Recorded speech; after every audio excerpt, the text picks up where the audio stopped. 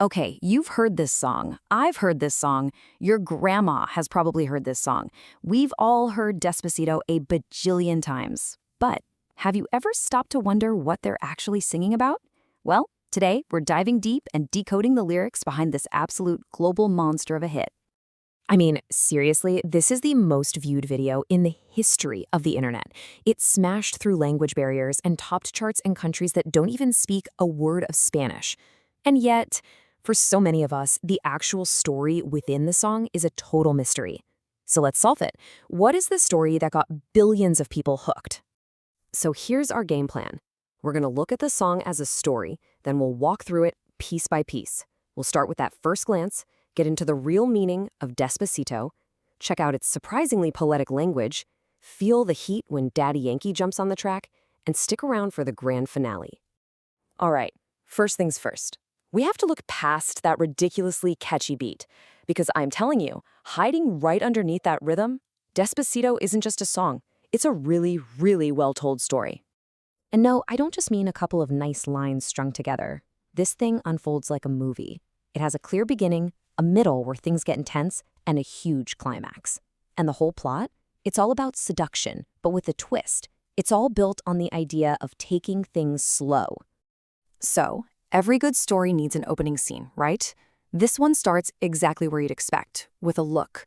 But pay attention, because from the very first second, a plan is already clicking into place. And boom, right out of the gate, there it is. There's no guessing game here. He lays it all out. I've been watching you, and more importantly, I can tell from your eyes that you're calling me over.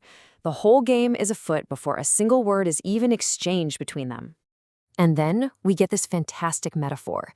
This isn't just a crush. He says it's like physics. She's the magnet, he's the metal. It's inevitable. But notice that last part. He's not just floating over there by chance. He's actively making a plan. And that little line, that sets the stage for everything that's about to happen. This idea of a careful, deliberate plan brings us right to the heart of the song, to the one word that sums up the entire vibe, the title itself, Despacito. It just means slowly. That's it. This one word is the entire mission statement of the song. He's got a plan, and the secret ingredient to that plan is patience. It's all about a slow, gentle approach. Now, in the chorus, we see exactly how this slowly strategy works. And the first move is super intimate, super sensory. It's not about jumping to the finish line. It's about savoring a single moment of closeness. And from the neck, he moves to the ear. He wants to whisper secrets, create this tiny, private world for just the two of them. It's all about making a lasting impression. Okay, so the intensity is definitely cranking up here, but the pace, it stays the same. The line is sensual for sure, but the most important word is still slowly. It's about tenderness over rushing. And this is where it just becomes pure poetry. He wants to sign the walls of your labyrinth. What a beautiful way to say he wants to explore every part of her, to get to know her completely, and leave a mark that's deeply personal. And that poetic feeling just keeps going.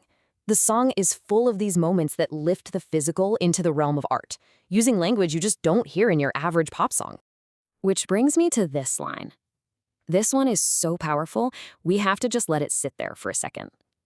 And of your body, I want to create a manuscript. Just think about that. A manuscript isn't a disposable note. It's permanent. It's carefully written, something meant to last. He's basically saying their connection is so profound he wants to turn it into a timeless piece of art, a story that could be read again and again. So from that really poetic high point, the narrative just takes off. The language gets way bolder. The journey goes from watching her hair dance to wanting to be her rhythm, to trespassing danger zones, building and building to a point so intense that she'll forget her own name. The stakes just keep getting higher. And right when the energy is at an all-time high, the song pulls a brilliant move. It shifts gears completely. Luis Fonsi, our architect of slow, tags out, and in comes the king, Daddy Yankee, with a whole different kind of fire. You can see the contrast right here. Fonsi is Mr. I'm not in a rush. Daddy Yankee just cuts to the chase. Come, try my mouth. It's this perfect push and pull. Fonsi says little by little, and Yankee agrees. Let's start slowly. But then he adds that killer twist, then savagely. The whole dynamic just exploded. And what's so genius about his verse is that he weaves Fonzie's theme right into his own high-energy style. He's still saying step by step, but he delivers it with this urgent, driving rhythm. Then he drops that puzzle metaphor, basically saying, "You're a masterpiece, and I'm the final piece." It's so smooth, but so incredibly confident. So you take that slow, seductive vibe from Fonzie, you mix it with that raw, fiery passion from Daddy Yankee, and it all builds up to one heck of a finale.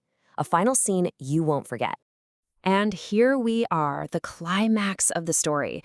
They set the scene perfectly, a beach in Puerto Rico. The moment is so huge, so epic, that even the waves are screaming. And that final line, "so that my seal stays with you," it's like an artist signing their work.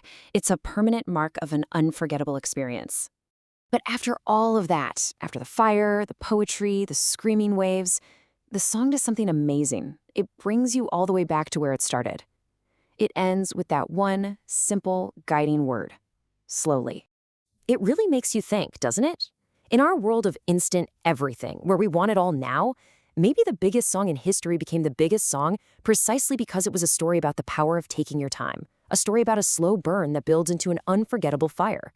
Something to think about the next time you hear that iconic beat.